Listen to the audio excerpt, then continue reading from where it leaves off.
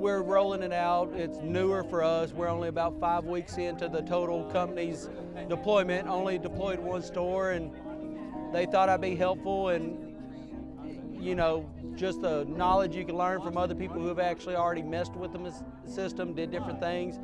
I mean, it's just great networking.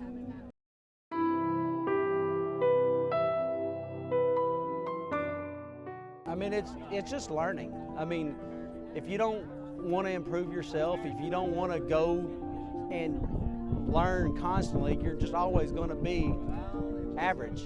And if you don't want to try to learn new tricks, learn new traits from tons of knowledge from what I met at this conference, you're going the wrong direction.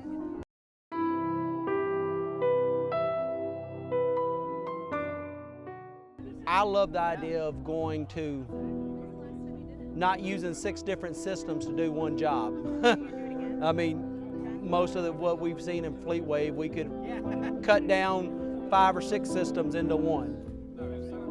And that sounds so amazing to me.